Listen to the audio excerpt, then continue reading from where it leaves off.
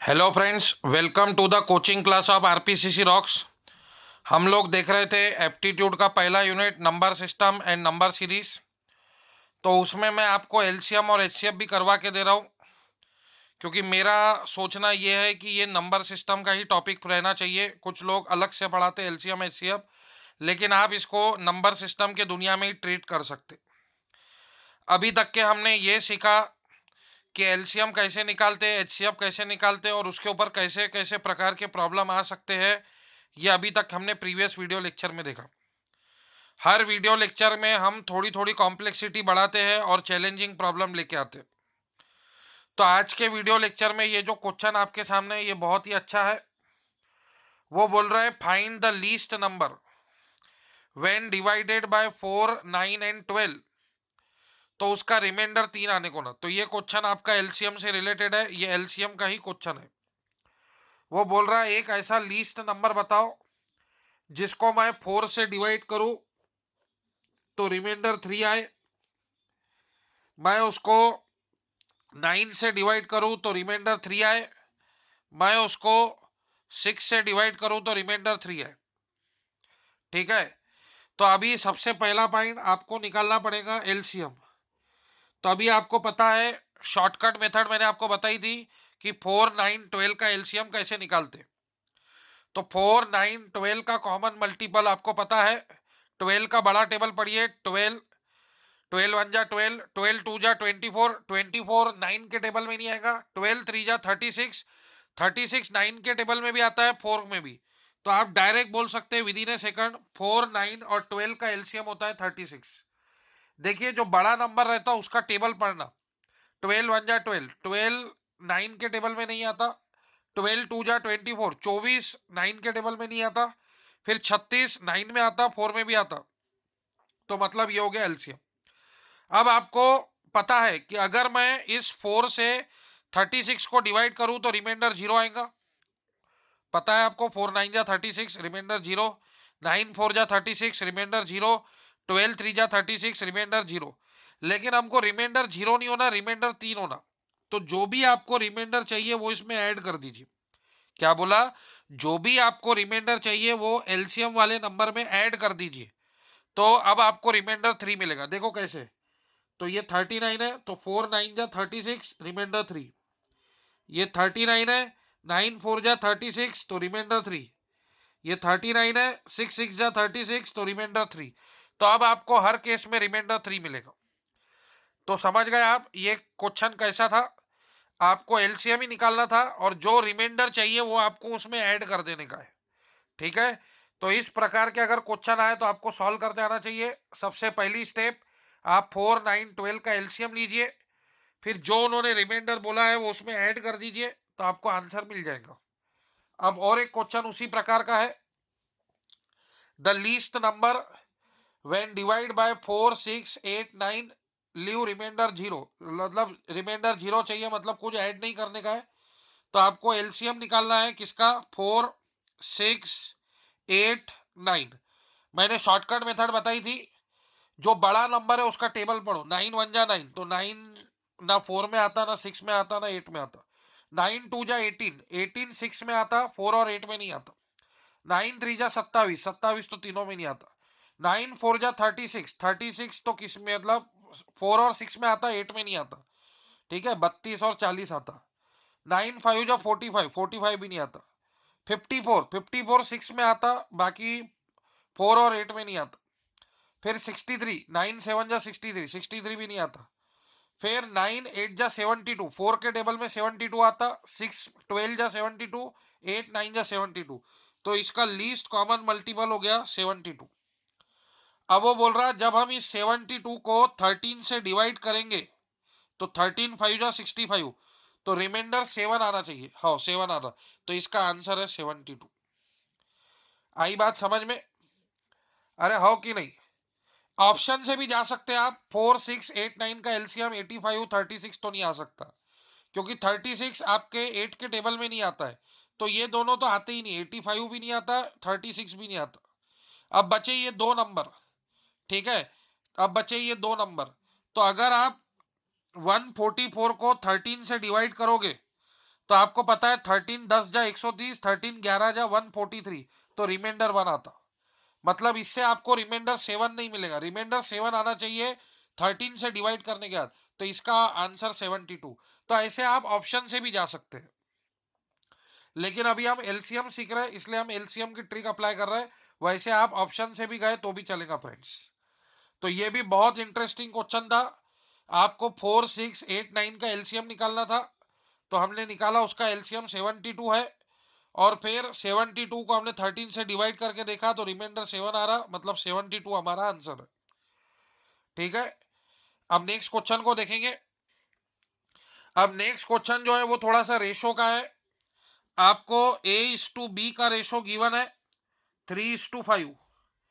आपको C/B का ratio given है 3:7। आपको C/D का रेशो गिवन है 4:5। आपको पूछ रहे हैं A/B/C/D क्या होगा। तो देखिए फ्रेंड्स, A/B मालूम है तुम्हारे को 3:5 है। फिर ये उल्टा लिख के दिया है तो B/C है। B/C की जो वैल्यू है वो आपको गिवन है 7:3 समझो। ये C का रेशो है, ये B का रेशो है। अब देखो फ्रेंड, B दोनों में कॉमन है, तो B इधर भी है इधर भी है, तो B की वैल्यू सेम होनी चाहिए। तो आपको पता है 7 और 5 में एलसीएम निकालेंगे, कॉमन मल्टीपल निकालेंगे तो वो 35 होता। तो अपन ये वाली रो को 7 से मल्टीप्लाई करेंगे तो 7 5 जा 35, और ये वाले को अपन 5 से मल्टीप्लाई करेंगे तो 5 7 जा 35। तो अब एक नंबर को तो मल्टीप्लाई नहीं कर सकते, सबको करेंगे। तो ये 7 इंटू 3 21, 7 इंटू 5 35, 5 इंटू 7 35, 5 इंटू 3 15। तो ये आ गया सॉरी 5:3 15। तो ये आ गया A/B/C का रेशो। अब आपको C/D गिवन है। C की वैल्यू जो है वो है 4:5।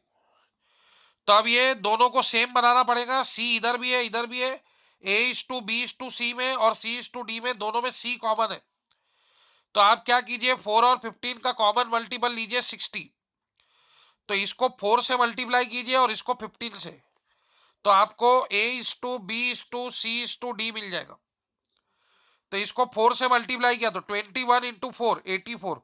तो A की वैल्यू 84 आ गई, मतलब B, ये ऑप्शन और ये ऑप्शन कट गए।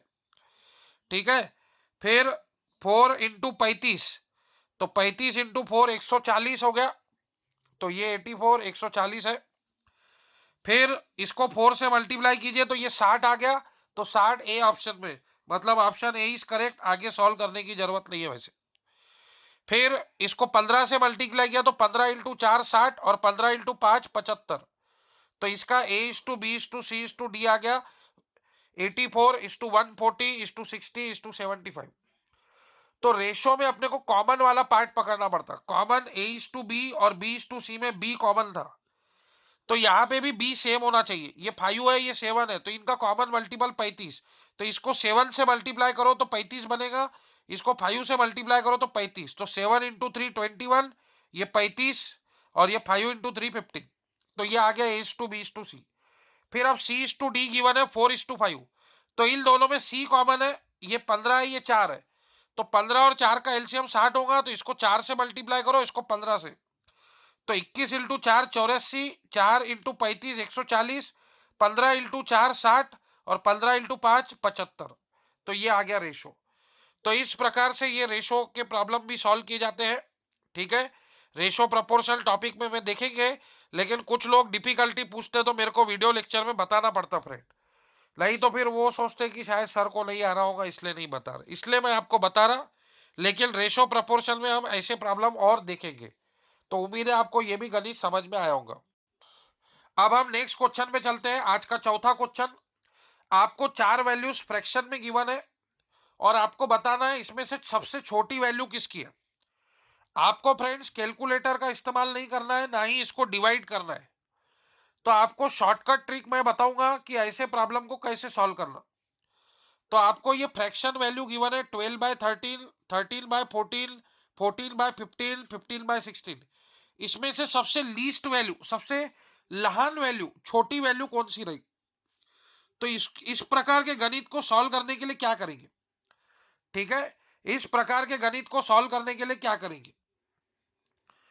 तो अब इसको सॉल्व करने के लिए पहली स्टेप है कि ये जो नंबर है आप इनका रिवर्स कर लीजिए।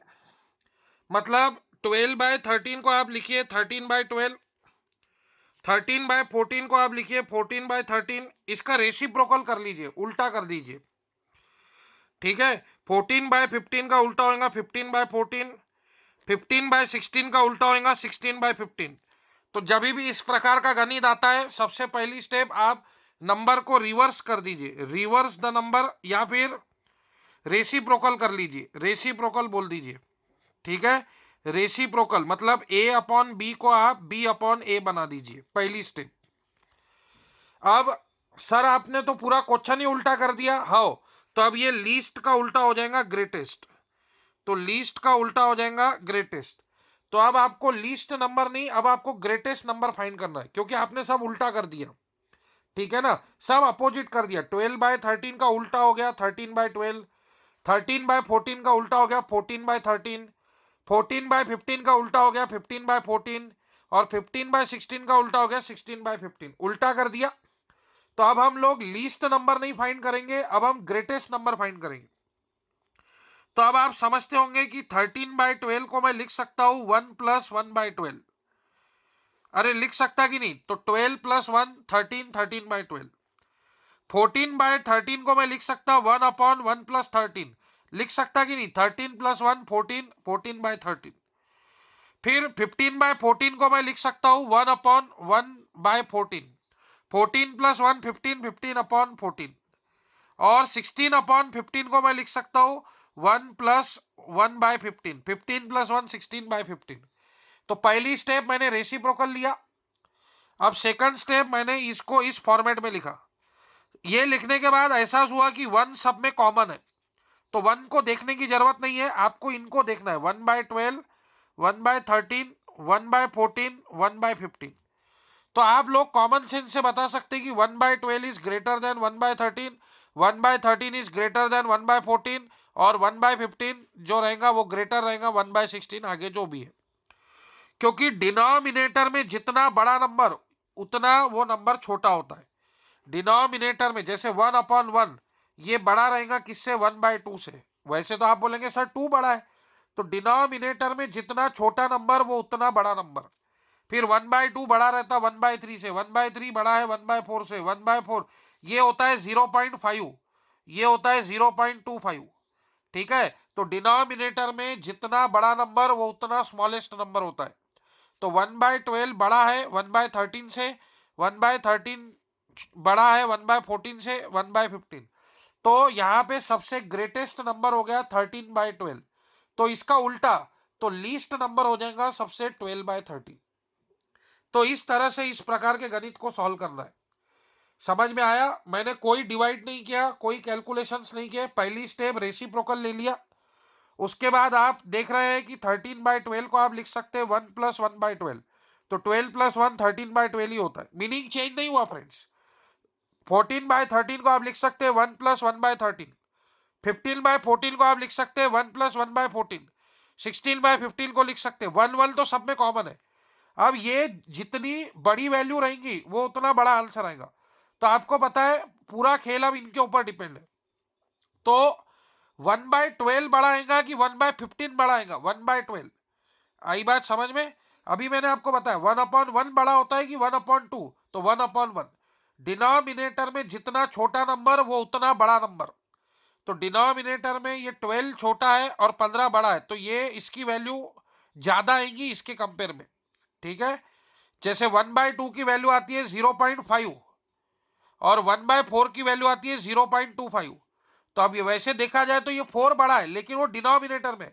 तो डिनोमिनेटर में जितना बड़ा नंबर वो उतना छोटा, डिनोमिनेटर में जितना छोटा नंबर वो उतना बड़ा। ठीक है, तो ये तो आपको पता ही होगा कि कौन बड़ा रहता, 1/12 बड़ा है कि नहीं। ये छोटी छोटी बातें आपको पता होगी, फिर भी मैं आपको लो लेवल से पढ़ा रहे। तो 1 1 1 1 सब में है, तो 1/12, 1/13, 1/14, 1/15 ये डिसाइड करेंगे कि कौन ग्रेटेस्ट है। तो 1/12 इज ग्रेटेस्ट, मतलब 13/12 की आंसर इन सब में ग्रेटेस्ट आएगी। तो वापस अगर इसका उल्टा कर दूँ तो 12/13, ग्रेटेस्ट का उल्टा लीस्ट, तो 13/12 का उल्टा 12/13, तो सबसे लीस्ट वैल्यू जो है वो 12/13 आएगी। ठीक है, तो बहुत ही इंटरेस्टिंग क्वेश्चन है, थोड़ा सा आपको ध्यान देना पड़ेगा तभी अंडरस्टैंड होगा। नहीं समझ में आ रहा तो वीडियो को डबल से सुनिए, हर एक बात मैंने 2-2 बार रिपीट की है। जब भी इस प्रकार का गणित आता है रेसिप्रोकल लीजिए। ठीक है, रेसिप्रोकल लेने के बाद आप ये डिसाइड कीजिए कि कौन सा फ्रैक्शन छोटा है और कौन सा फ्रैक्शन बड़ा है, तो उसको आप 1+ ये फॉर्म में लिखिएगा। ठीक है फ्रेंड्स, अब नेक्स्ट क्वेश्चन एवरेज के ऊपर है। वो बोल रहे हैं एवरेज एज ऑफ 10 पीपल। कभी भी याद रखना एवरेज में एक ही फार्मूला रहता है, सम अपॉन एन या sum is equal to average into n. ठीक है, तो average age of 10 people, n बोले तो नंबर ऑफ पीपल, तो एन की वैल्यू 10 हो गई, इज 21 ईयर, एवरेज 21 ईयर है। तो इसकी सम कितनी हो जाएगी, तो सम हो जाएगी एवरेज इंटू एन, 21 इंटू 10 बोले तो 210। अब एक नया पर्सन ऐड हुआ, समझो एक राज नाम का नया बंदा ऐड हो गया। ठीक है, ऐसे ही मैंने अजूम किया, तो उसकी एज कितनी है नहीं मालूम, तो राज की एज मैंने एक्स अजूम कर दी, तो ये 210 में एक्स एज हमने राज की ऐड कर दी, तो वो बोल रहा है कि जो एवरेज एज है वो 2 से बढ़ जाएगी। पहले एवरेज 21 की थी, अब वो 2 से बढ़ के हो गई 23, लेकिन अभी लोग 10 नहीं रहे, एक राज ऐड हो गया, तो अब एन की वैल्यू हो गई 11, एन की वैल्यू हो गई 11। तो फिर एक्स कितना, वो जो राज है उसकी एज कितनी होगी, तो 23 इंटू 11, ये प्लस की टर्म उधर जाके माइनस, तो 23 इंटू 11 कितना होता है 230 और 23, 230 और 20 250, 253, 253 माइनस 210 कीजिए तो इसका आंसर आएगा 43। तो जो नया पर्सन ऐड हुआ वो 43 एज का हुआ। आई बात समझ में, अरे हो कि नहीं। देखो मैं आपको समझाता हूँ, पहले एवरेज एज थी 21, अब हो गई 23, मतलब 2 से बढ़ गई। कितने लोगों की, 10 लोगों की। ठीक है, 10 लोगों की एवरेज एज 2 से बढ़ गई। ठीक है, उसके बाद आपको बोला गया है कि find the age of new person, तो वो जो नया पर्सन ऐड हुआ है उसकी एज कितनी हुई होगी। तो देखिए एवरेज निकालने के लिए, एवरेज आपको गिवन है तो आपको सम निकालना पड़ेगा, तो 21 एवरेज है 10 लोगों की, तो 21 इंटू 10 हो गया 210। फिर एक कोई तो भी नया बंदा ऐड हो गया, उसकी एक्स नाम एक्स एज है मालूम नहीं, तो अब लोग कितने हो गए 11 हो गए। ठीक है, और जो एवरेज है वो 2 से बढ़ गया, 21 + 2 23 हो गया, तो 23 इंटू 11 ये नया एवरेज है, नया सम है, और ये पुराना सम है, तो नए सम में से पुराना सम माइनस करेंगे तो जो नया इंसान ऐड हुआ वो पता चल जाएगा। अरे भाई पहले आपके घर में 20,000 कमाई होती थी, 20,000 आते थे, अब 30,000 आ रहे, मतलब 10,000 का इंक्रीमेंट हो गया, तो नए में से पुराना माइनस किया तो क्या ऐड हुआ वो पता चल गया, 10,000 ऐड हो गया। तो वैसे ही अभी नई एवरेज है 23 और लोग है 11, तो 23 इंटू 11 253, और पुराने थे 10 लोग, और 10 लोग थे और उनकी एवरेज एज थी 21, तो 21 इंटू 10 210, तो ये जो ऐड हुआ ये नए इंसान की एज पता चल गई। तो अभी पहले टोटल एज 210 हो रही थी, अब 253 हो रही, तो मतलब 43 एज का इंसान उसमें ऐड हो गया जी, राज की एज जो हो गई वो 43 हो गई। तो इस तरह से एवरेजेस के प्रॉब्लम सॉल्व किए जाते हैं। ये भी हमने एक एग्जाम्पल लिया, एक स्टूडेंट ने डिफिकल्टी में पूछा था। जब हम एवरेज वगैरह सीखेंगे तो उसके बारे में और डिटेल बात करेंगे। अब ये क्वेश्चन देखिए, ये क्वेश्चन है 2 to the power 16 - 1, ये कंप्लीटली डिविजिबल किससे होगा। ऑप्शन है 11 13 17 19। तो यहाँ पे जो कंसेप्ट लगेगा वो a² - b² का कंसेप्ट लगेगा, a - b a + b। ठीक है, और दूसरा लगेगा लो ऑफ इंडाइसेस, a⁴ mn को आप लिख सकते हैं a⁴m⁴n। तो देखिए फ्रेंड्स अभी हम क्या करेंगे, पहली step 1 to the power anything is 1 होगा, तो 1 को आप लिख सकते हैं 1 to the power 16। Meaning change हुआ क्या, नहीं, 1 to the power करोड़ भी लिया तो 1 ही होता, 1 to the power anything is 1। ठीक है, 1 to the power Honey Singh भी लिया तो 1 ही होता।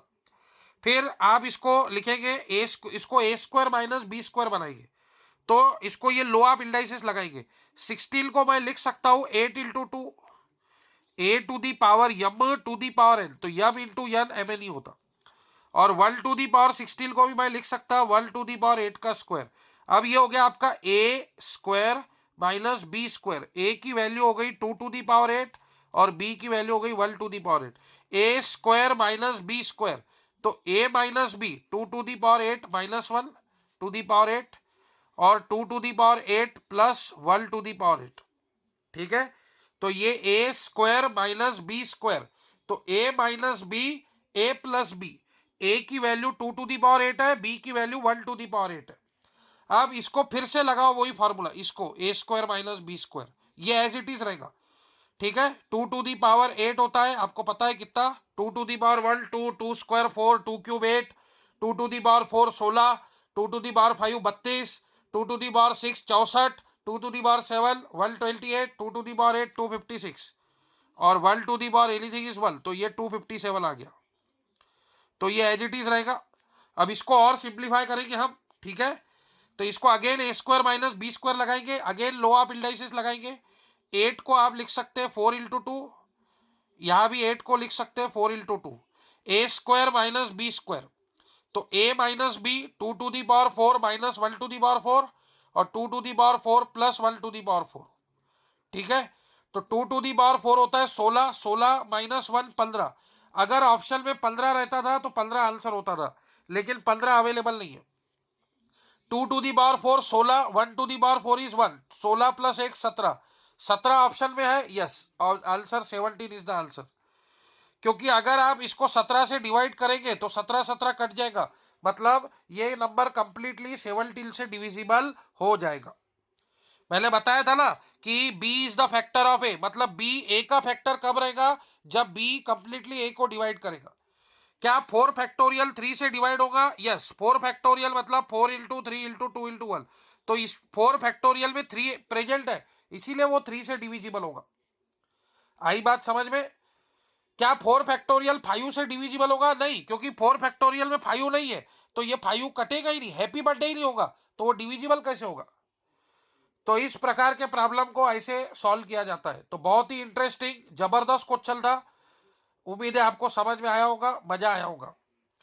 अब नेक्स्ट क्वेश्चन वो बोल रहा है 36A plus 36B is equal to 576 है, तो what is the average of a and b. तो ए एंड बी का एवरेज क्या होगा? तो इसमें से पहले 36 कॉमन निकालो, तो a plus b is equal to 576, तो a plus b is equal to 576 divide by 32। तो 576 को आप 32 से डिवाइड करेंगे फ्रेंड्स, तो 32 2 जा 64, सॉरी 32 1 जा ही लेना पड़ेगा 32, तो 10 20 25, फिर 256 लाना है, तो आपको पता है कि 32 8 जा 256 आ जाएगा। ठीक है, सॉरी 32 8 जा नहीं, 8 2 जा 16, 24 और 1 25, हाँ, तो 32 8 जा आ जाएगा। ठीक है, तो कहने का मतलब आप ये, सॉरी 32 नहीं है 36 है, सॉरी गलती हो रही बहुत। तो 576 को आप डिवाइड करेंगे 36 से। ठीक है, तो ये 21, ये 216 और 36 × 6, तो ये 216 कट जाएगा, तो रिमाइंडर 0 आ जाएगा, तो 36 16 जा, तो मतलब a plus b equal to 16 हो गया। अब आपको पता है कि दो चीज़ों का एवरेज कैसे निकालते। एवरेज आपको सिखाया होगा बचपन में, दो सब्जेक्ट है, एक में 70 है, एक में 80 मार्क है, तो आप बोलते हैं एवरेज 75 मिले, तो 80 और 70 150, 150 डिवाइड बाई 2 75। तो वैसे ही एवरेज का फॉर्मूला होता है a प्लस बी अपॉन 2, दो लोगों का एवरेज 2 से डिवाइड। अभी मैंने फार्मूला लिख के दिया था एवरेज का आपको। ठीक है, एवरेज का फार्मूला होता है सम अपॉन एन। देखिए एवरेज का फार्मूला होता है सम अपॉन एन। एन बोले तो नंबर ऑफ टर्म, ए और बी दो टर्म है तो एन की वैल्यू 2 होगी, तो एवरेज का फार्मूला होता है सम अपॉन नंबर ऑफ टर्म्स, तो सम है a प्लस बी और नंबर ऑफ टर्म है 2, तो इसको 36 से डिवाइड किया तो ये हो गया 16। ठीक है, तो 16 डिवाइड बाय 2, तो एवरेज हो जाएगा 8, तो इसका आंसर 8 आ जाएगा। ठीक है, तो 36 कॉमन निकाला, 576 को डिवाइड किया 36 से, तो 16 आ गया। a प्लस बी की वैल्यू 16 हो गई। एवरेज होता है a और b का a प्लस बी अपॉन 2, तो 16 बाई 2 8। समझो 3 टर्म होती थी a b c, तो उसका एवरेज होता था a plus b plus c upon 3। समझो 4 लोग होते थे ए बी सी डी, तो उसका एवरेज होता है a plus b plus c plus d upon 4।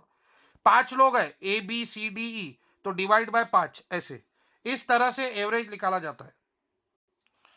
अब फ्रेंड्स और एक इंटरेस्टिंग क्वेश्चन है, find the greatest number among 2 to the power 60 given है, 3 टू दी पावर 48 गिवन है, 4 टू दी पावर 36 गिवन है, 5 टू दी पावर 24 गिवन है। वो बोल रहे हैं बताओ इनमें से बड़ा नंबर कौन से है।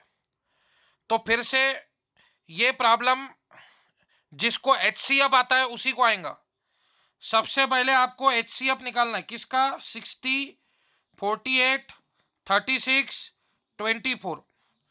तो आपको पता होगा कि इन सब में हाईएस्ट कॉमन फैक्टर कौन है। तो अगर आप गौर से देख रहे हैं 12 2 जा 24, 13 3 जा 36, 12 4 जा 48, 12 5 जा 60। तो अगर आपको HCF आता है, मैंने प्रीवियस वीडियो लेक्चर में आपको पढ़ाया है, अगर आपको HCF आता है तो आप डायरेक्ट बता सकते हैं इसका HCF 12 है। ये है शॉर्टकट मेथड। नहीं तो फिर आप फैक्टराइजेशन मेथड लगाइए। 60 बोले तो 15 इंटू 4, 4 बोले तो 2 स्क्वायर, 15 बोले तो 3 इंटू 5। किसी भी नंबर को उसके प्राइम फैक्टर में ब्रेक करना फैक्टराइजेशन कहलाया जाता है। फिर 48 बोले तो 16 इंटू 3, 2 टू दी पावर 4 होता है, 16 इंटू 3 ये हो गया 48 के फैक्टर। 36 आपको पता ही है, 2 स्क्वायर इंटू 3 स्क्वायर, 9 इंटू 4, 9 बोले तो 3 स्क्वायर, 4 बोले तो 2 स्क्वायर। और 24 बोले तो 8 इंटू 3, 2 क्यूब 8 इंटू 3। अब देखिए इसमें कॉमन क्या है, तो कॉमन टर्म है 2 और 3। तो 2 की कौन सी पावर कॉमन है, 2 स्क्वायर इधर भी है, इधर भी है, इधर भी है, इधर भी है, तो 2 स्क्वायर कॉमन है। फिर 3 की कौन सी पावर कॉमन है, 3 टू दी पावर 1, इसमें भी है, इसमें भी है, इसमें भी है, तो 2 स्क्वायर 4, 4 इंटू 3 12। तो इसका HCF 12 आएगा। मैंने तो डायरेक्ट बता दिया था, फिर भी आपके लिए मैंने फैक्टराइजेशन मेथड से लगाया। तो अभी हम क्या करेंगे, इसको लो ऑफ इंडाइसेस लगाएंगे। A to the power mn को लिखेंगे a to the power m to the power n। हम लोगों ने सबका पावर है ना 12 बनाने का है, सबका पावर। तो अभी हम a to the power mn को लिख सकते हैं a to the power m to the power n। तो 2 टू दी पावर 60 को मैं लिख सकता हूं 2 to the power 5 into 12, 5 into 12 60 होगा। फिर 4 इंटू 12 48, फिर 3 इंटू 12 36, 2 इंटू 12 ऐसे। तो अभी अपन सबको ये लो ऑफ इंडाइसेस लगाएंगे। तो देखिए फ्रेंड्स, 2 टू दी पावर 60 को मैं लिखूंगा 2 to the power 5 to the power 12। 3 to the power 48 को मैं लिखूंगा 3 टू दी पावर 4 इंटू 12 48। ठीक है, उसके बाद क्या था, उसके बाद था 4 to the power 36। 4 to the power 36 को मैं लिखूंगा 4 का 12 3 जा 36 है ना, तो 3 इंटू 12 बराबर। और 5 टू दी पावर 24 था, तो 5 का स्क्वायर इंटू 12। इसको बोलते हैं law of indices, a to the power m to the power l, m into l m l. देखो आपको पहचानना है कौन सा नंबर बड़ा है, तो सबका पावर सेम रहेगा तभी पहचान पाएंगे। तो 2 टू दी पावर 5 हो गया 32, 32 टू दी पावर 12।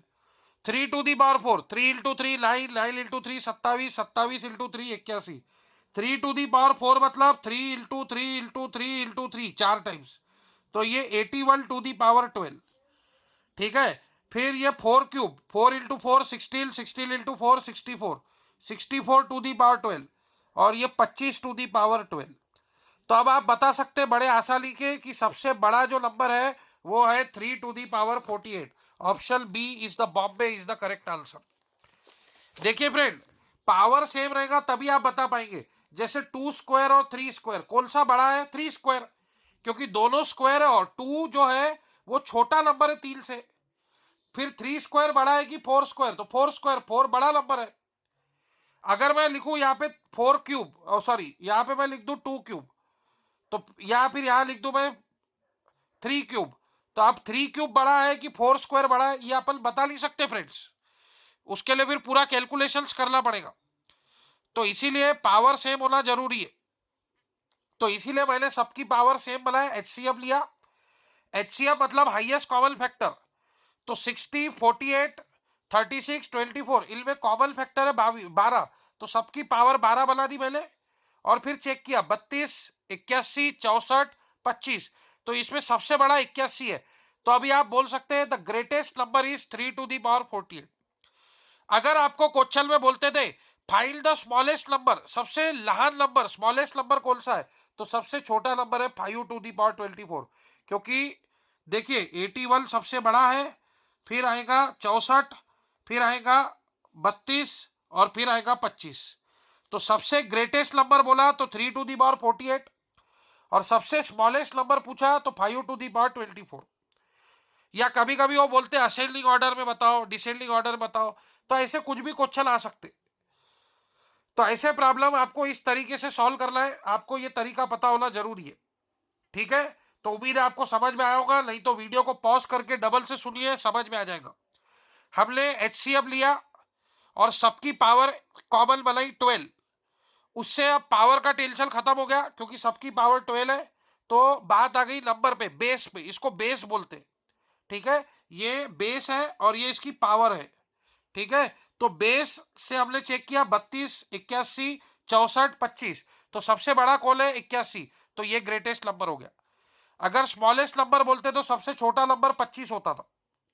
चलो और एक क्वेश्चन इसी प्रकार का, √7 माइनस √5, √5 माइनस √3, √9 माइनस √7, √11 माइनस √9, इसमें सबसे ग्रेटेस्ट कौन है। तो जब भी ऐसे रूट वाली टर्म आती तुम्हारे को एक चीज दिमाग में जलने को ना, क्या, वो है रैशनलाइजेशन। अगर ये चीज तुम्हारे दिमाग में आ गई मतलब तुम एप्टीट्यूड में मतलब जीत गए, मतलब तुम्हारा लॉजिक डेवलप होना शुरू हो गया। तो √7 माइनस √5 को आप क्या करेंगे, रैशनलाइज करेंगे। कैसे, तो √7 प्लस √5 को ऊपर नीचे मल्टीप्लाई करेंगे। ठीक है, इसको बोलते हैं रैशनलाइजेशन, ओरिजिनल मीनिंग चेंज नहीं हुआ। ऐसे ही आप √5 माइनस √3 को रैशनलाइज करेंगे, इसको न्यूमरेटर और डिनोमिनेटर में √5 प्लस √3 से मल्टीप्लाई करेंगे। वैसे ही आप √9 माइनस √7 इसको भी रैशनलाइज करेंगे, √9 प्लस √7 से न्यूमरेटर और डिनोमिनेटर में मल्टीप्लाई करेंगे। वैसे ही तमाशे आप इधर करेंगे, ये √11 माइनस √9, रैशनलाइज करते वक्त टर्म यही रहती है, बीच का साइन अपोजिट। तो आप √11 प्लस √9 से न्यूमरेटर और डिनोमिनेटर में मल्टीप्लाई करेंगे। स्टेप नंबर 1 रैशनलाइज करेंगे। Step number 2 a minus b, a plus b का फॉर्मूला लगाएंगे, a² माइनस b²। तो √7 का स्क्वायर, रूट और स्क्वायर कट जाता तो 7 हो जाता। देखिए फ्रेंड्स, स्क्वायर रूट बोले तो पावर 1/2 और स्क्वायर बोले तो 2, 2 कट जाता, 7 आ जाता।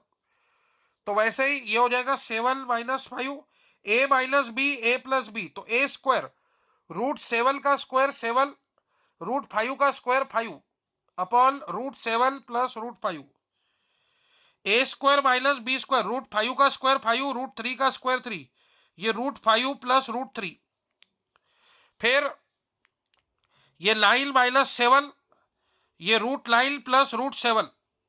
वैसे ही 11 माइनस 9, ये √11 प्लस √9।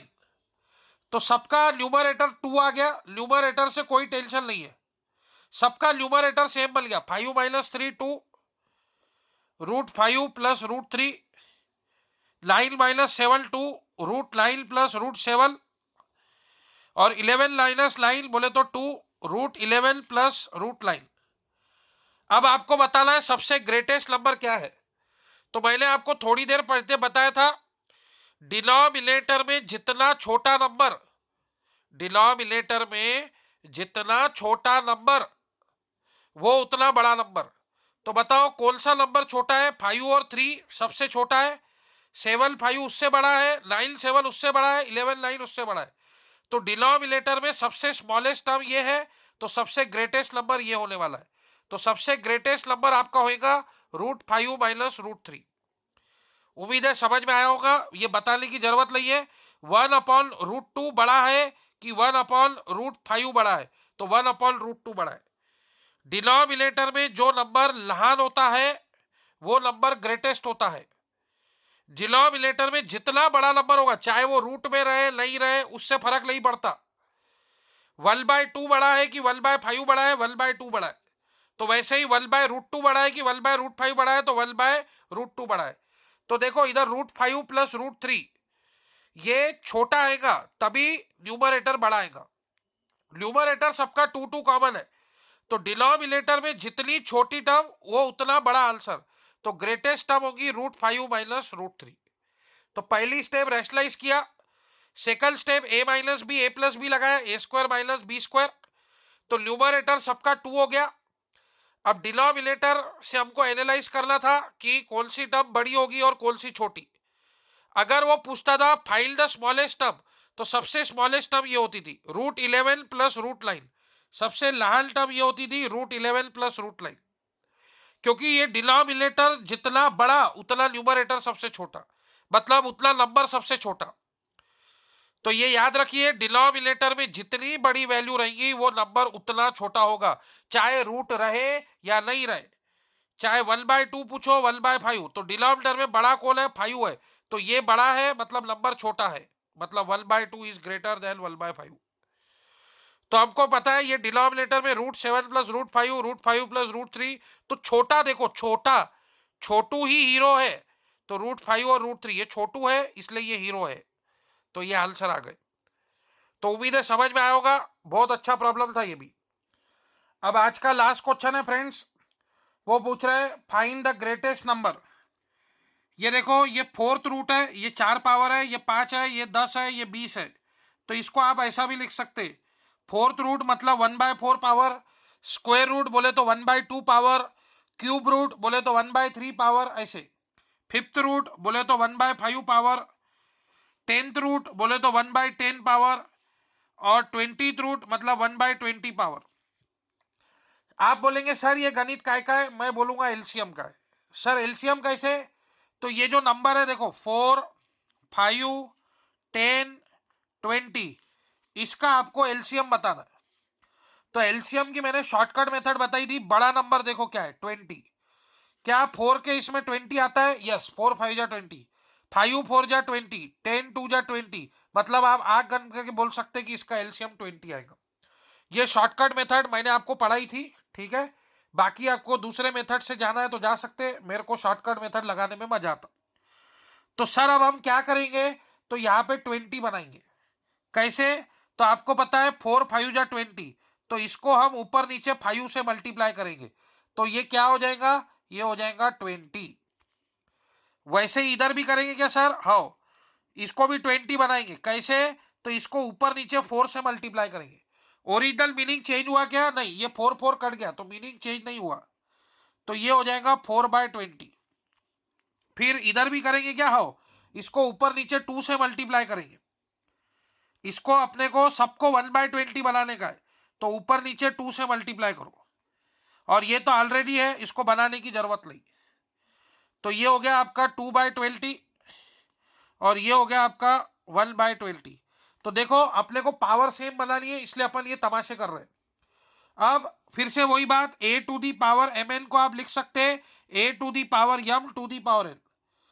तो इसको मैं 2⁵ 1/20, 3⁴ 1/20, 6² 1/20, और 15 1/20, सबकी पावर 1/20 हो गई।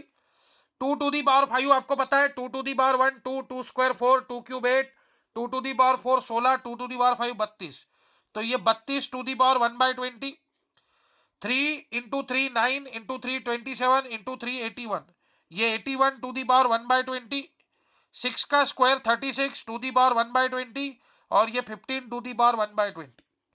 अब पावर सबकी सेम हो गई, तो पावर का टेंशन नहीं। अब आप बेस पे ध्यान दो, ये बेस नंबर है, बेस। तो सबसे बड़ा 81 है, फिर 36 है, फिर 32 है, फिर 15 है। तो सबसे बड़ा 81 है। 81 कहाँ से आया? 3⁴ 3⁴ कहाँ से आया? 3⁵1/5। तो सबसे ग्रेटेस्ट नंबर हो गया 5th रूट ऑफ 3। अगर सबसे स्मॉलेस्ट नंबर पूछते थे तो ये 15√20। ये सबसे लहान नंबर है, छोटा है। सबसे मोटा है ये, ठीक है। अगर वो पूछते थे find the second greatest number, दूसरा सेकंड नंबर पे कौन है 36, 36 कहां से है 6 से, तो ये सेकंड ग्रेटेस्ट नंबर है। ठीक है, तो अपन ने क्या किया फ्रेंड, उसकी पावर देखी, इसकी पावर 1/4, 1/5, 1/10, 1/20। तो अपन ने क्या किया, ये 4, 5, 10, 20 का एलसीएम लिया, तो इसका एलसीएम 20 आता, तो इसको भी 20 बनाया ऊपर नीचे 5 से मल्टीप्लाई करके, इसको भी 20 बनाया ऊपर नीचे 4 से मल्टीप्लाई करके, इसको भी 20 बनाया ऊपर नीचे 2 से मल्टीप्लाई करके, और ये तो ऑलरेडी 20 है। फिर 1/20 बाहर रखा, इसको अंदर ले गए, law of indices, a to the power m l को लिख सकते हैं a to the power m to the power l, 5 into 1/20, 5/20 होता, तो 2 to the power 5 32, 3 to the power 4 81, 6 square 36, और ये 15। तो आपको अभी पावर देखने की जरूरत नहीं है, सिर्फ बेस नंबर देखो, पावर सबकी इक्वल है, सेम है। तो आपको पता है 81 सबसे बड़ा है 32, 36, 15 से, तो सबसे ग्रेटेस्ट नंबर हो गया ये। स्मॉलेस्ट नंबर पूछते तो ये होता था 15 सबसे छोटा है, सेकंड ग्रेटेस्ट पूछते थे तो ये होता था। तो बहुत ही इंटरेस्टिंग क्वेश्चन है। उम्मीद है आज के सारे गणित आपको समझ में आए होंगे। मजेदार गणित है, चैलेंजिंग गणित है, तो ऐसे गणित की आप और प्रैक्टिस कीजिए, ठीक है, और खेलिए। अलग अलग नंबर डाल के आप अपने मर्जी से खेल सकते हैं, इसमें 12 कर दो, इसमें 13 कर दो, इसमें 16 कर दो, ऐसे आप अलग अलग नंबर से खेल सकते हैं। थैंक यू फ्रेंड्स, आज के लिए इतना काफ़ी है। बाकी की बातें हम लोग नेक्स्ट वीडियो लेक्चर में करेंगे और इंटरेस्टिंग प्रॉब्लम लेके आए होंगे।